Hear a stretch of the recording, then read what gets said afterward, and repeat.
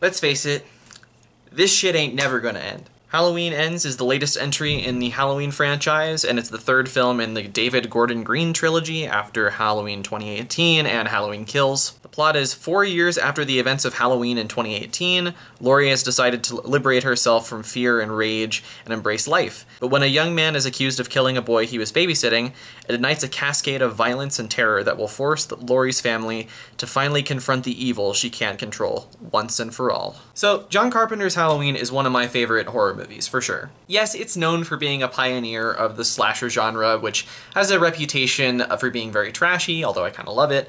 But it's really, Halloween, the original film, is just so much richer than that. Like a lot of other of John Carpenter's films, it builds a horror atmosphere that's almost, in this case, it's almost cozy. The iconic music and the meticulous direction, the way that the scares are built up, it really, gets you in the spirit of Halloween. It probably is the best film you can watch on October 31st, Halloween. And also, it's just a great scary movie. The scares are really seldom, but but that makes it quite effective when they're used. And Michael Myers is a great horror villain because there's all this mystery to him.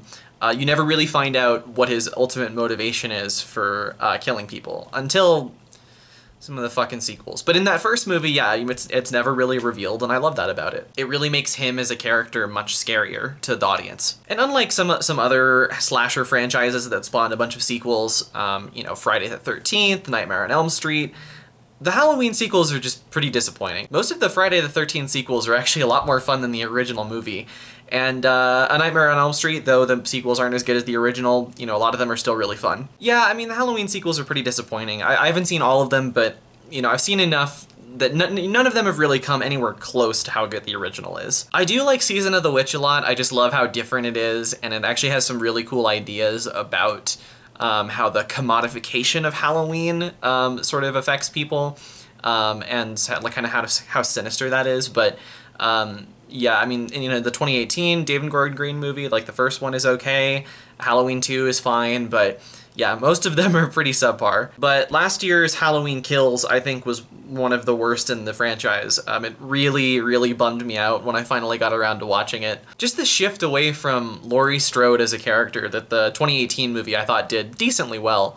The shift away from her and to these sort of town ensemble characters that we sort of get into a mob mentality, I thought just really hurt the quality of character in the film overall. Most importantly, the film thinks it's like this masterpiece about mob mentality, when really that idea is very, poorly explored, and it kind of just comes off as like a chain email from your uncle about Black Lives Matter or something. So going into Halloween Ends, I had very low expectations. They were on the floor, and I'm still wrestling with whether or not I like this movie, but I like it way more than Kills, and I did appreciate a lot of elements of it. A lot of hardcore Halloween fans seems to really hate this movie because the simple reason of Michael Myers is barely in it.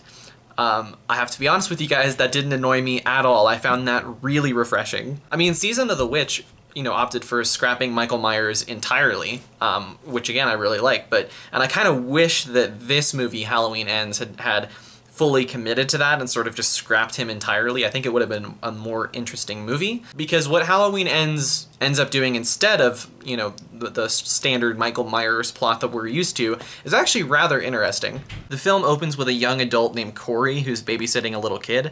The kid tries to prank Corey by pretending that Michael Myers is in the house, which Corey falls for. Corey then accidentally kills this kid by kicking open a door that causes the kid to fall off the balcony and die. And even though Corey avoids prison time as it was an accident, the entire town seems to think that he's a murderer, and they really take it out on him, which causes him to eventually fall into this sinister downward spiral and eventually join forces with Michael Myers. I really like this idea not only because it throws aside the childish, fanboy expectations about what a Halloween movie should be, but it's also just an interesting idea to look at Haddonfield 4 years after the disappearance of Michael Myers. They're frustrated that they haven't reached any kind of catharsis with, finally getting rid of him. And that frustration has consequences, and in this build-up, they have to point their anger at somebody, and that somebody happens to be Corey, who ends up being sort of a scapegoat as he's this guy that everyone's kind of suspicious about. So yeah, that's a great idea, and in a lot of ways I like how it's executed. The problem is there's a lot of inconsistencies with how it's executed as well that really took me out of the movie, if I'm being honest. One, like I kind of alluded to earlier, the movie presents itself as this really bold sequel, which is trying to do something quite different to the sort of Halloween formula, but then it still feels like it has to throw all this Michael Myers stuff back in the last 30 minutes of the movie.